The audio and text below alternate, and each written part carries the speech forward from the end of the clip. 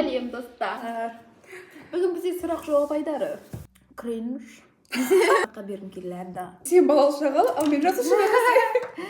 Батыл қыз болып жүргенде қазір дейсің. Өзімді батыл қыз деп ойлаймын мен. Батыл жақсы. Ал бисмилля, бастайық. Жүргізушісің ғой дұрыстап басқа. Қалай болды? Қолда мороженый. Қала бере ма? Еркін ғой өзікі. Біздікі еркін тақырыпта, иә. Жаңашыл жастармыз. Ай, ғой десең. Ал. Ең бірінші сұрақ. Мен арасында мен де жауап беремін, бірақ көбінесе сұрақ сізге қойылады. Екеуміз де жауап берейік енді. Мен бәріне жауап бермеймін. Негізгі сұрақтар сізге өзің жауап қойылады. берген жауап бересің. Жауап бергім келетін сұрақтарға өзім жауап беремін деп па? Хорошо, бастайық. Ең бірінші сұрақ, өзіңді 3 сөзбен сипаттай аласың ба? Сипаттай көрейін. Кринж. Кринж, сосын тұңғиық.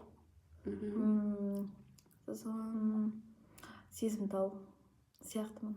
Үшеу болды ма? Иә. Сезімтал, Кринж, тұңғиық. тұңғиық. Білесің. Сен ше? Жауап бердің жауап Мен қандай адаммын 3 сөзбен? Мен 40-тың жартысына келдім деп па? Амбивертпін. Амбиверт или интроверт? Амбиверт сияқтымын. Амбиверт сияқтымын, ортасы сияқтымын.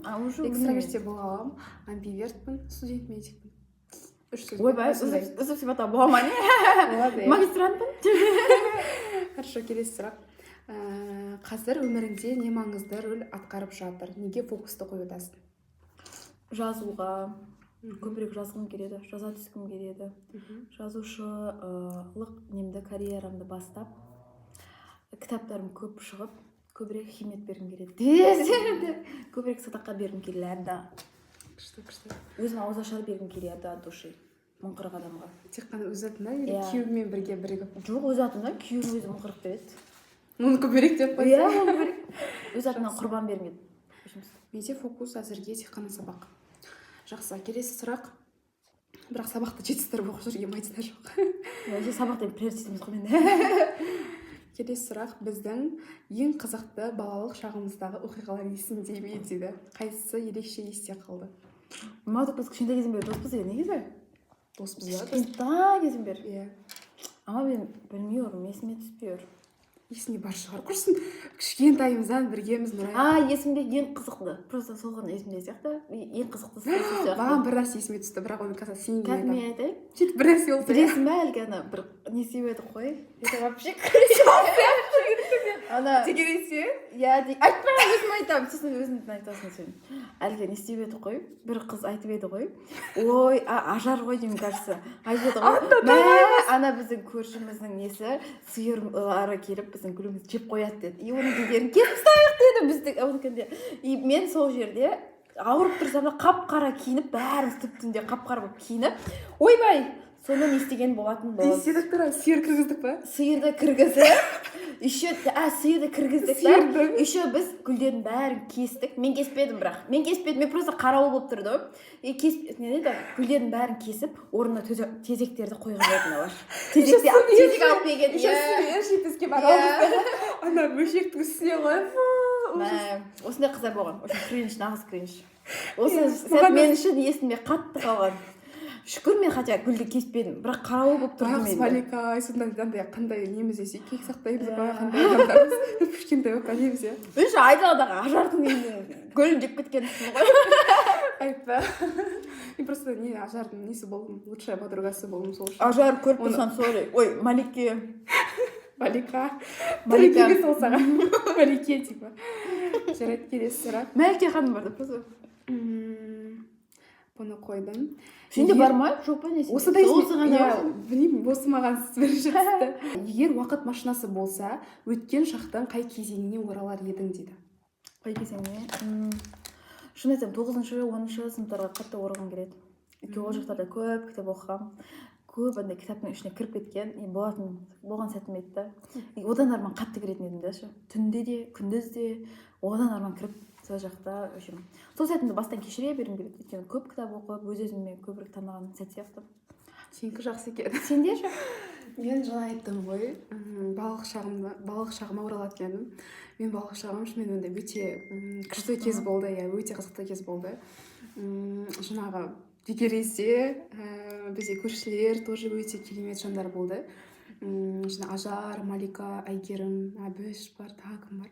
Көшенің кішкентай балалары бар ғой жаңағы. Алмаз.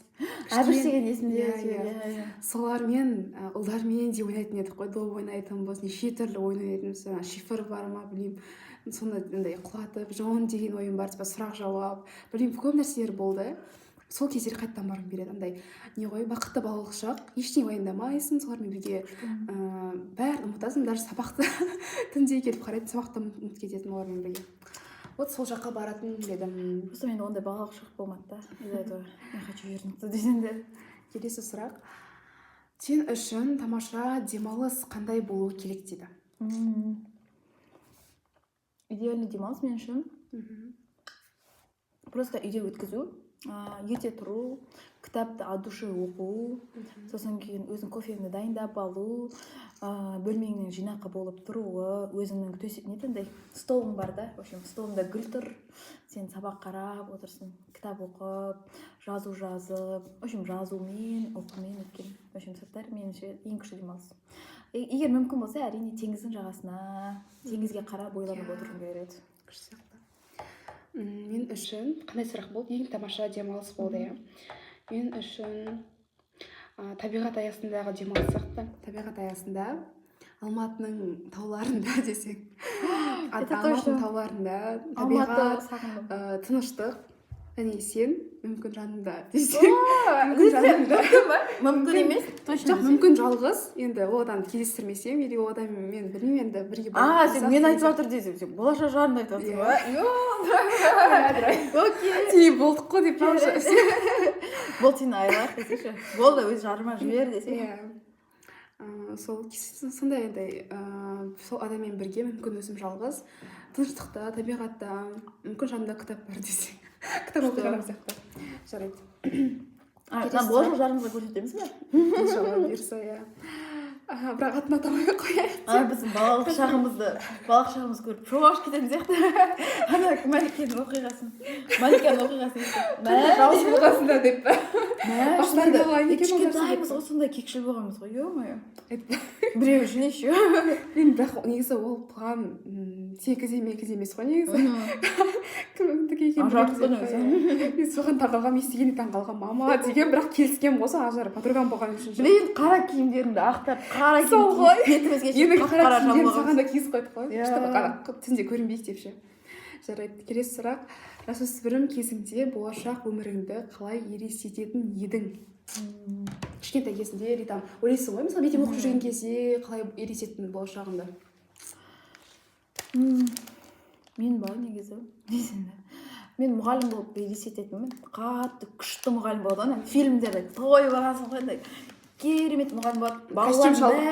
Костюм мен юбка. Иә, мен юбка, мен ойлайтын всегда ұзын юбка киемін. Ну, қазір киіп жүрмін ғой, бірақ мұғалім емеспін. Андай ұзын юбка киіп жүремін, и андай қалай айтсам екен, балалардың бәрі менің әсерімнен, в общем, көркем шығарма оқып кетеді бар ғойшы. Бұна кім? Писатели свободы деген фильм бар ғой. Қазір ондай емес па? Қазір мұғалім болғым келеді просто. Қазір жазуға кеткім келеді. И Писатели свободы деген кітапта бүкіл нені оқиды ғой әлгі. Қайсысын еді? В общем, ана еврейлер туралы кітапты оқиды ғой. Я думала, менің, в общем, егер мен сондай мұғалім болғанда сондай болады деп ше. Но это, конечно, қазір бұлдай жоқ, бұл арманым. Но мен солай ойлайтынмын. Мен күшті мұғалім болам деп ше. Солай, ол это 10-шы, 11-шы сынып кезінде. Ал оғанға дейін енді журналист болам деп ойлағанмын. Күшті журналист болам деп. Ну, я, өмір ондай емес. Ал сен? Дәрігер. Есімде жоқ, бірақ мен дәрігер болуды ойламаған сияқтымын. Мен көз алдыма анда елестейтін. Костюм шалбармен. Костюм шалбармен анда офиста жүреді ғой. Білмеймін, солай елестеткен мен. Дәрігер туралы есімде жоқ. Бірақ дәрігер ол кейін болғым келді ма, білмеймін. Сен әнші болғым келген сияқты. Сен көп айтатын ғой. мүмкін білмеймін. А мен вообще да негізі ең кішкентай кезімде не болғым келген, балерина болғым келген. Мне кажется, одан кейін суретші Балерина болғым не келген. екенін білмейтін едім ол кезде. Білесің бе андай телевизорда балерина нелердің несі қойып жататын балет шоу сияқты ма бір нәрсе болып жататын.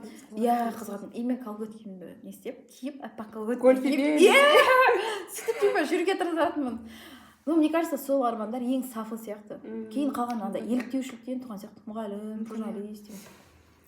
Жақсы, келесі сұрақ.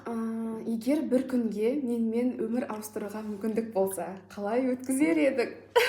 Айтайын Не хочу десе. айтайын ба? Қалай өткізер едің? Адам аттарын олар айтпай қаршы. Мен оны қызық қоймадық та, просто жарайды, не істер едім айтайын ба? Сенің орнында болсам, универге барам, сол бүкіл макеттерді көріп деген сияқты. Қызық болатын сияқты, мне кажется, сенің өмірің тоже. Биология жағынан деген сияқты. Сосын не істейтін едім? Биология оқымаймын ғой. Биология деген енді, медицина жағынан дегенім ғой. Бірақ білмеймін. Ең просто қызық нәрсені айта алмай тұрмын да мына жақта ше. Мне кажется, мен батылырақ болатын едім сенің орнында. В общем, сенің типа бір күн өмір сүретін болсам, сен жасай алмай жүрген заттардың бәрін жасайтын едім. Ой, айтты. В общем, түсінген шығарсың. Оны саған да кім құрайды десең, сен өзі керек батыл қыз болып жүргенде қазір дейсің. Өзімді батыл қыз деп ойлаймын мен. Батыл Ойбай, сияқты. жақсы. Мен черт лоқпын да жарайды. Сен ше не істер едің? Сол батыл болатын едім. Андай қатты ұялшақтық деген нәрсені алып тастайтын едім. Сосын елдердің мен туралы осылай ойлай ма деп ойламайтын едім. Мүмкін мен туралы былай ойлайды, или басқа адамдар не дейді, өзің алып қала бересің ғой сен. Мен ондай болмайтын бедім. Бәлкім маған андай пофиг болатын беді. Түсіндің ба? Окей. Сен я чуть-чуть пофигистаусың. Сен де слышишься дейсің. Келесі сұрақ. Соңғы жылдары өзің туралы қандай жаңа нәрсе білдің дейді. Соңғы жылдары, оказывается, мен жазғанды ұнататынды білдім. И таки мен всегда ұнатамын деп ойладым, бірақ жазушы боламын деп ойламадым. Соны білдім. Сосын, оказывается, мен қатты ашуланшақ екенімді білдім. Я всегда андай сестренкама қатты ашуланатынмын, бірақ қазір мен бүкіл адамдарға ашуланамын. В общем, сондай қасиетім бар екен, оказывается. Бүкіліне шынданып. Бұрын тек қана жақындарым маған ашулана көрсететінмін. Ашулымды көрсететінмін деп айтқан дұрыс шығар. Ал қазір бүкіліне көрсетемін. Вообще сондай өзім сондай дәрежеге жетіп қойдым. Иә, сондай дәрежеге жетіп қойғаным. Қызық. Сен ше? Мен өзімді андай шыдамды адаммын деп ойлайтынмын, бірақ шыдамым шексіз емес екен. То есть всегда шыдамды бола алмайды екенмін. Неге шыдамай жүрсің? Көп нәрсе де қойсаң. Келесі телефонды қоямыз. Арманыңдағы жұмыс қандай? Мен арманымда жұмысты айтайын. Вообще маған бір арал сатып алып беру керек. Сен десейші. Жоқ. Вообще мен тек қана жазып отырамын. И все. Ана қателігін де тексермеймін. Редакцияны да жасамаймын, маркетингін де жасамаймын. Просто жаза берем. Мына жақта мен мақыр көмекшім бар да ше. Жазғаным үшін ақша табамын. И все. Маған сондай керек. Әрине жазу оңай емес. Бірақ мен ешқандай адамдармен байланысты жұмыс жасағым келмейді. Түсінікті ма? И адамдармен байланысты, адамдар көргім де келмейді, ештеңе келмейді. Маған просто ақ қағаз бен қара парақ, немесе жазу машинасы, и все. Жаза берем, и сол үшін маған ақша бересің. Вообще 20-шы ғасырда сондай болған. Просто біздің интеллигенция ауысып кеткен блогерларға қазір. Бұрын жазушылар еді, олар сөйтіп ақша табатын. Өкінішке орай, мен ол заманда туылмадым. Мен в общем арманым сол. Сенің? Дәрігер деп қойсай. Менде қазір дәрігер болу, бірақ уже өзімнің жеке клиникам болғанын қалаймын. Жеке клиникамда да енді жеке клиникам болғаннан кейін сен ол жерде дәрігер емес, уже басында жүресің ғой, соның барлығының басында жүресің. Вот солай. Басында жүріп басқарғым келеді десей. Иә, десең. Шынымен есімде. Келесі сұрақ. Егер бір супер қабілет таңдау мүмкіндігі болса, қайсысын таңдар едің? Адамдардың ойын оқу деп ойлаймын. Сразу маған сол ойыма келді. Болмаса не істеу? Күшті. Өйткені мен көп адамдардың ойын типа оқығандай сияқты боламын да. Сосын не ойланамын. Нұрай, сен өзің шығарып алдың, сен ешкім ойын оқи алмайсың ғой деп. Егер сондай мүмкін болса, адамдардың ойын оқып, олардың не ойлағанын біліп деген сияқты 200 адамдардың маскасын шешіп десе да кім шынайы ұнататынын біліп кім ұнатпайтынын біліп деген сияқты күшті сияқты. Кімдікі фальшивый десе. Қызық, өмір бір жағынан қызықсыз сияқты олай болса иә. Бірақ ну мне бы хотелось хотя бы бір адамға берілсе ол қабілет деп ойлайсың ба? хотя бы бір адамдікі болсын. Мен мүмкін уақытты тоқтатып тастайтын ба едім. Может, өткен шаққа бір барып, андай өзге кішкене өкініш болмайды қатты, бірақ кейбір нәрселер болуы мүмкін да, кішкене былай орын ауыстырып жібергім келетін ше. Мүмкін сол нәрсеге барып, мысалға, былай жүру керек болса, то есть мен былай жүріп қойсам, может қайтадан барып басқа жолмен жүретін едім деген сияқты нәрсе болуы мүмкін. Өмірге менің өкпем жоқ, өкінішім бар, аздаған деп қойса. Мүмкін иә. Келесі сұрақ. Өзіне қойған ең үлкен мақсат қандай дейді? Ең үлкен мақсат. Ойланып тастадың ғой десең да. Ең үлкен мақсат сұрақтар бар енді деп та. Сол адамзатқа пайдалы болу шығар. Артынан хотя бы бір із қалдырып кету. Із қалдыру деп жатқан қаншалық дұрыс? Ізі қалдыру емес енді. Сол пайдалы болу больше всего ең не. Ол кітап тұрғысынан болсын, бір адамның көңілін табу тұрғысынан болсын. Сол нәрсе бар енді. Бірақ мақсатымнан кейбір кезде не істеп кетемін. Ауытқып кетемін. Анау сөз есіме түсіп кетті осы жерде. Мына бар еді ғой. Сенің спикер болып келген кездегі өлді деуге бола алмайтындаршы, өлмейтұғын артына із қалдырған деген сияқты ғой. Шынымен андай артта сондай бір із қалатындай бір нәрсе болғанын мен де қалаймын. Хотя бы ең болмағанда адамдардың жүрегінде із қалдырасың да. Кітап шығармай қой, басқа нәрсе жасамай қой, бірақ адамдардың жүрегінде із қалдыруың керек та. Адамдықтың, адалдықтың. Мүмкін жақсы жағына қарай өзгеруіне бір көмегіңді тигізсең, ол да бір керемет. Адалдықтың, махаббаттың, мейірімнің ізін салып кету керек. Күшті болған сияқты мына жер. Десең Сосын қандай нәрсеге ешқашан көнбейсің немесе принцип түрде келіспейсің мүлдем? Қандай нәрсеге көнбеймін? Измена деп қойса да хорошо еді. Үйленбей жатып па. Вообще-то да неге көнбеймін айтайын ба? Жаман қарым-қатынас. Негізі айтады ғой, адам бәріне шыдай алады, тек андай неге салқын көзбен суық сөзге шыдай алмайды деп айтады ғой. Мен мысалы жақтыртпай тұрған, мен менсінбей тұрған, ол жерде тұра алмайсың. Жерде тұра алмаймын уже. Менде тоже келсем болады. Келесі, бөле болудың ең керемет тұсы қандай деп ойлайсың? Бөле болудың ең керемет тұсы десең да. Жақсы тұсы жоқ оны десе. Тек қана минусы бар. Неге? Оны құрбы іздеп әуре болмайсың. Это ең керемет тұсы шығар. Біз можем типа ұзақ уақыт сөйлеспей кету, сосын қайтадан сөйлесіп кету десең да. Оған ол жағдай десе. Просто үнсіздік. Сен жазбасаң мен жазба, сен сөйлесең мен сөйлеймін. Ну, көп болмайды ғой. Ну, любой уақытта бірақ қайтадан. Шында білет десе. Сондай арасында пауза болып тұрады десең да. Ұзаққа болмайды енді. Бірақ кішкене білмеймін, түсінбей қаламыз бір-өзі. Неге жоқ болып кетті деген сияқты. Иә, сондай болып қалады. Но мне кажется, ең күштісі это құрбы іздеп әуре болмайсың. Басқа құрбы. Ну, қажет кезде андай ғой, сені қалай бар, солай қабылдайтын адам и біледі да сені қандай екеніңді біледі, қай кезде қуана алатынды, қай кезде білмеймін, даже минустарыңа дейін деген сияқты бәрін біледі. Сол үшін уже танып алды десейші. Андай ұяламайсың, типа ұялмайсың да адамды. Балық жағын бір кетті деген сияқты. И қандай керек кезде мүмкін қолдау или там бір кеңес болса сұрауға тоже. Точно, келсем. Жақсы. Сұрақтар дайындап қойыпсың? Менің қай қылығым немесе әдетім сені күлдіреді? Күлдіреді. Сен тұрса сол істі жасамай етін. Негізі ана қатты қуатын сәттерімде мен қатты күлетін едім. Ана апамның жанында қатты қуасың ғой. Апам жанында билеп, айғайлап. Сол сәттер маған өте күлдіретін сияқты. Астанада мен әлі Астанада олай жоқ, Астанада әлі мен олай қуып көрген жоқпын. Білмеймін, андай үйде болған кездерде ма еркелейміз ба, мүмкін сол кезде шығып кететін сияқты нәрсе. Апама қатты еркелейсің. Сол кезде маған это было очень күшті, өте күлкілі, көңілді. Болатынмын десей. Жақсы.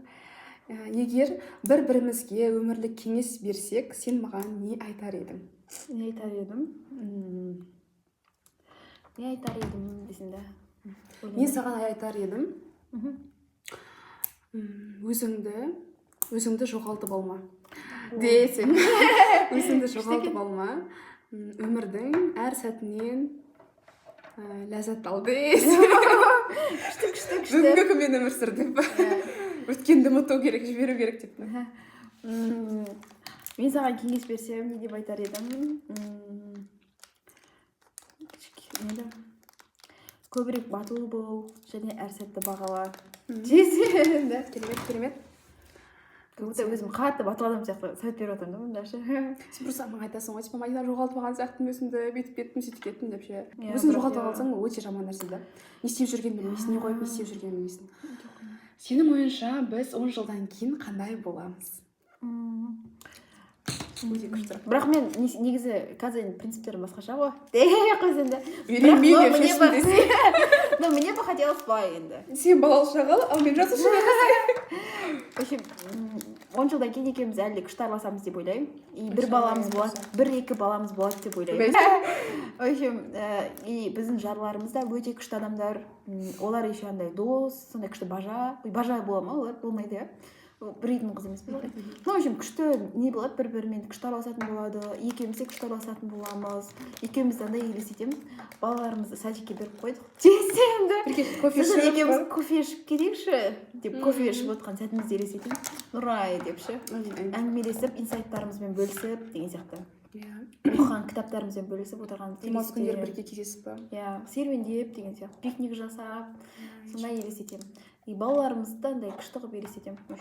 Олар да күшті болып өсіп келе жатқан деген сияқты. И біз бала тәрбиесіне қиналмаймыз деп елестетемін, иншалла. Екеуі де бір араласып тұрады бізде балаларды. Сен де солай елестетесің ба? Сондай сияқты десең. Ну, андай ғой, өз екеумізде уже 10 жылдан кейін деген 10 жыл біз қазір мысалы қаншадамыз? 23, 22, уже 32, уже 31 жаста боламыз ғой. Ол кезде енді әркім уже өз орнын тапқан. Келді.